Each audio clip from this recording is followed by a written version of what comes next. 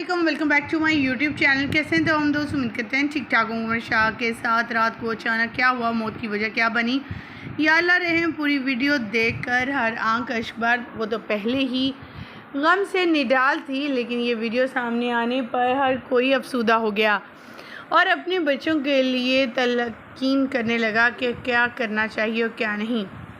आप सभी जानते हैं ये अपने आबाई गांव में रहते हैं। सिर्फ रमज़ान ट्रांसमिशन हो या फिर जीतो पाकिस्तान, रमज़ान में ही ये एक माह के लिए कराची आते हैं, एयरवेज के साथ जुड़ जाते हैं और उनका फैमिली का हिस्सा बन जाते हैं। फिर अपने गांव जाकर अपनी पढ़ाई और दूसरी चीज़ों में मसरूफ़ हो जाते हैं। इनके चाचू इनसे बेइंतहा प्यार करते हैं और वही वीडियोस हैं जो यूट्यूब चैनल या मुझे सोशल मीडिया अकाउंट्स पे नज़र आती हैं इनके वीडियोस अपलोड करते हुए।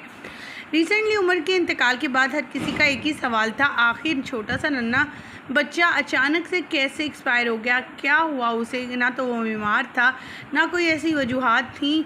तो अचानक रात में एक खबर आती है और फ़ौरन ही ये खबर आग की तरह फैल जाती है कि वो इस दुनिया में नहीं रहे। ना वसीम बदामी, ना फ़ाहद मुस्तफ़ा, बल्कि दूसरे अदाकार और अदाकारें भी इस बात को यकीन नहीं कर पाते कि वाकई वो इस दुनिया में ये नन्हा मेहमान नहीं रहा। तो आपको यहाँ बताते चलें कि जो वाक़या इनके साथ रूनुमा हुआ आधी रात को 2:30 बजे के करीब, जिसमें ये जो उमर हैं ये खाना लेट खाकर सोए और सोने के बाद इनकी तबीयत अचानक से बिगड़ गई और इन्हें वॉमिट होने लगी। वॉमिट जो है लेटे हुए ही हुई कि वो वॉमिट के कुछ जो है पानी और कुछ ज़रात जो थे वो सांस की नाली में चले गए, जिसकी वजह से इन्हें सांस लेने में दुश्वारी होने लगी और इनकी तबीयत बिगड़ती गई। फेफड़े बंद हो गए।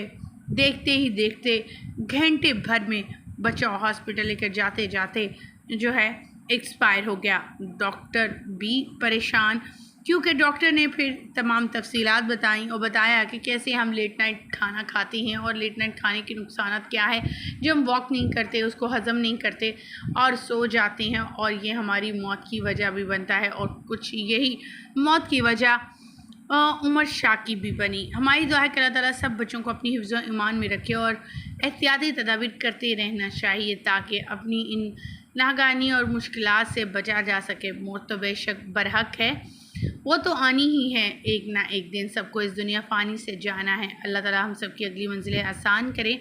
इस बच्चे को, इस फरिश्ते को, इस नन्हे फूल को अल्लाह ताला जन्नत फिरदौस में आला मुकाम अता करे। आमीन। मुझे यहीं पर दीजिएगा इजाज़त। मज़ीद अपडेट जानने के लिए हमारे चैनल को सब्सक्राइब कर लीजिएगा। अल्लाह ने के बाद।